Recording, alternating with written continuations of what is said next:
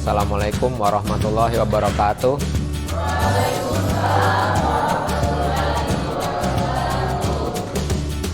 Ya, alhamdulillah kita berjumpa lagi dan kita sharing-sharing lagi supaya tambah pengetahuan, tambah pinter. Dengan tambahnya ilmu, kalian bisa memanfaatkan ilmu kalian, dan saya berharap tambah semangat.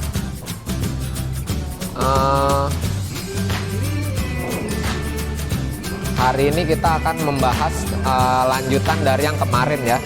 Lanjutan dari yang kemarin adalah di sini poin ke-7, hashtag.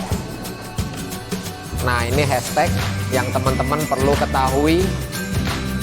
Jadi siapa yang udah tahu hashtag? Tagar. Oh iya, bahasa Indonesianya saya malah nggak tahu. Tagar. Iya, baru denger lah tagar.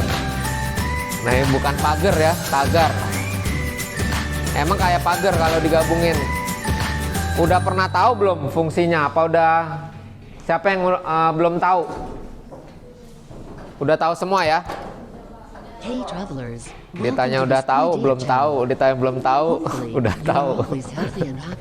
Nah, ini fungsinya tagar. Nah, kita nanti lihat fungsinya ini macam-macam di Instagram ya. Kalau tagar, kita kalau sekolah nggak dipakai ini tanda ini. Belum pernah di matematik juga nggak ada pakai tanda tagar.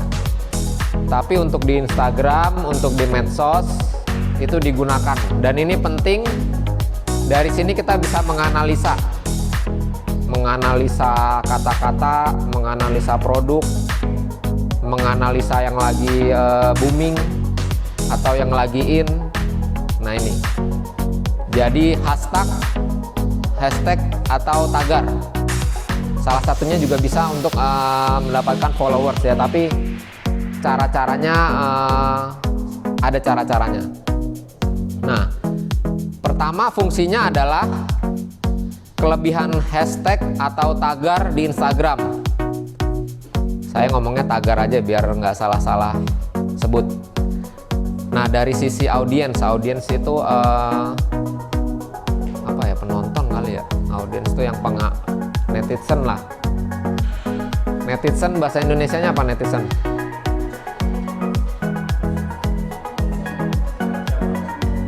Netizen ya, pembaca, penonton lah ya. Netizen, viewers. Pinter Milo, viewers. Nah, ini memungkinkan pengguna menemukan konten dengan topik tertentu sesuai keinginannya. Dari sisi organisasi atau perusahaan, penggunaan hashtag memungkinkan konten mereka mudah ditemukan oleh pengguna Instagram lainnya. Jadi ini fungsinya di Instagram banyak. Selain itu, tagar juga menjadi salah satu solusi untuk menarik atau meningkatkan brand awareness. Nah, ini brand awareness itu biasanya untuk merek-merek tertentu ya. Nah, pertama adalah mengkategorikan konten dan membuatnya lebih mudah ditemukan oleh target audiens. Ini salah satunya. Terus tagar sendiri dapat diklik. Jadi di Instagram itu bisa diklik. Biasanya berwarna biru, itu dia bisa diklik. Sehingga siapapun yang mengklik atau melihat halaman dengan postingan yang ditandai dengan hashtag tersebut, jadi bisa dilihat. Walaupun bermanfaat, konten kreator yang suka bikin konten atau marketer seperti kalian tak bisa menggunakan hashtag secara sembarangan di Instagram. Jadi ini bisa dibilang ada waktunya, ada momennya, atau ya ada waktu-waktunya lah. Nah, ini strategi pemasaran tersebut hanya efektif bila marketer berhasil memanfaatkan jenis hashtag yang sesuai dengan keperluan post mereka. Jadi hashtag ini digunakan sesuai kebutuhan sesuai minat, bisa juga sesuai barang. Jadi tergantung kebutuhan. Nah ini contohnya nih ya. Mungkin untuk materi hashtag ini kita agak singkat. Nah ini kita bisa melihat nih buat teman-teman nih di daerah. Kita belajar dari sini nih hashtag. Contohnya tadi saya searching hashtag Sumatera. Nanti kalian bisa tes lah hashtag tagar lah ya, tagar. Jadi kita tulis tagar Sumatera. Nah di sini tagar Sumatera tuh bisa dilihat ini 3 juta post, 3.800.000 post. Jadi dari 3.800.000 post ini semuanya ada hashtag Sumateranya. Ya setiap daerah ada lah ya, Sumatera, Makassar, kemudian Manado, mungkin nanti ada Papua, Biak, itu masing-masing punya hashtag. Hashtag itu dibuat, jadi dibuat sama kita. Misalnya kita mau jualan gelas, ditulisnya supaya kita pelajarin customer atau calon pembeli itu biasanya hashtag apa. Misalnya hashtag tagar gelas cantik, atau tagar gelas anti pecah, atau gelas bambu. Nah itu terserah. Nah ini saya cuman ngecek supaya untuk gambaran kalian, di sini ada tagar Sumatera Barat, itu 588 pos. Jadi 588 pos ini gambarnya beda-beda. Dari Sumatera tadi saya pilih yang paling banyak, 3 juta pos. Jadi itu ada gambar, ada baju adat, ada gambar menteri lagi kegiatan di situ, ada gambar rumah adat, ada gambar pantai. Nah itu jadi ini menentukan bahwa bisa dibilang tagar ini supaya orang ngecek bisa ngelihat, atau minatnya di mana bisa langsung lihat. Nah dari sini kalian bisa mempelajarin, misalnya kalian jualan apapun, produk atau jasa, bisa kalian lihat tagar. Misalnya tagar tadi udah bilang gelas ya, macam-macam lah kalian cek. Tapi bisa juga ada tagar yang kalian buat 0, berarti tuh nggak ada yang minat, nggak ada yang tertarik, ataupun belum ada yang buat. Nah kurang lebih seperti itu. Jadi ini cuman contoh sedikit, di situ ada banyak, ratusan, ribuan, bahkan sampai jutaan. Nah ini fungsinya tagar. Mungkin ini Instagramnya Black Tree Cafe. Nah saya mau tanya, kalau orang-orang di Papua ada kopi khususnya nggak? Apa namanya? Kopi tumbuk. Bener ya? Kalau kok di Jawa apa di mana kopi tubruk, di sana tumbuk. Itu kopinya ditumbuk apa gimana? Ditumbuk. Enak nggak?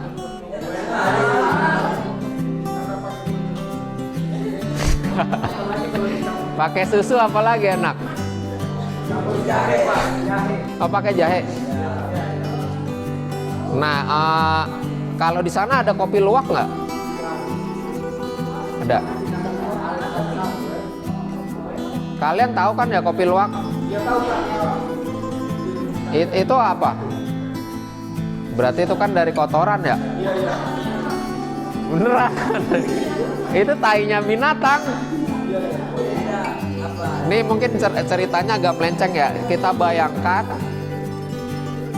di Jerman lah ya. Saya di sana berapa tahun, itu kopi luwak satu gelasnya itu bisa 150.000.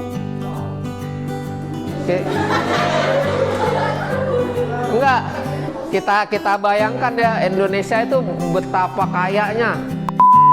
Binatang aja mahal. Lah ini buat pengetahuan kalian. Luwak itu kan kotoran binatang. Ya kan? Ya, saya juga baru ngeh itu bahwa itu luwak lah ya. Luwak itu musang ya, bener ya? Kotoran musang Di Indonesia aja itu mahal harganya di luar negeri.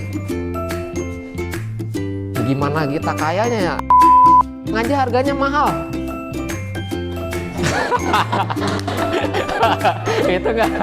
Itu saya nggak ngomong ya. Mahal itu. Jadi memang Indonesia gimana betapa kayanya gitu, itu nyata. Dan Indonesia adalah salah satu pengekspor yang bisa dibilang terbesar lah untuk kopi ya. Apalagi di Papua ada kopi, mungkin di Makassar ada Toraja, Tengrekang atau apa lah, macam-macam banyak. Setiap kota aja kita banyak kopinya. Dan memang kopi itu di setiap tanah dia tumbuh di mana rasanya lain. Dan Indonesia ini benar-benar luas. Berarti kalau luwaknya dari Papua rasa ketawa. Binatang luwak itu kan ya. Nah itu. Nah ini balik lagi. Itu ke kopi ya. Kopi itu ya kalian di sini buat gambaran lah. Kita jualan kopi aja itu benar-benar, karena dulu penjajah kita salah satunya nyari kopi. Jadi benar-benar kekayaan alam kita itu nggak usah lah emasnya, nggak usah lah timah, cukup dari kekayaan alam aja benar-benar kaya. Nah ini kopi. Jadi di sini tagar nih, tagarnya tuh ada tuh tagar Sumatera. Jadi yang tadi 3 juta itu dari 3 juta postingan ada pasti ada jumlahnya sesuai tagar yang ditulis. Jadi ini ada tagar Sumatera, ada tagar 5, ada tagar I love coffee atau relax. Ini kalau diklik nanti nyambungnya ke kayak tadi Sumatera, diklik nyambungnya ke tempat yang tadi. Ada berapa juta yang posting dengan tagar Sumatera. Jadi ini bisa kalian pelajarin dari tagarnya aja lah. Di TikTok kemarin saya lihat juga tagar juga mainnya. Awalnya saya kurang ngerti ini dari bahasa pemrogramannya gimana sampai muncul tanda tagar ini. Nah contohnya nih Sumatera, kita pakai tagar Sumatera dari 3.860.000 post. Nah kurang lebih ada gambar laut, ada gambar mungkin ini pejabat daerah, ada gambar kopi tadi. Jadi kalian bisa lihat contohnya tagar Sumatera itu bisa ditulis lah Sumatera turis atau Sumatera pakaian Sumatera, pakai tagar itu kelihatan.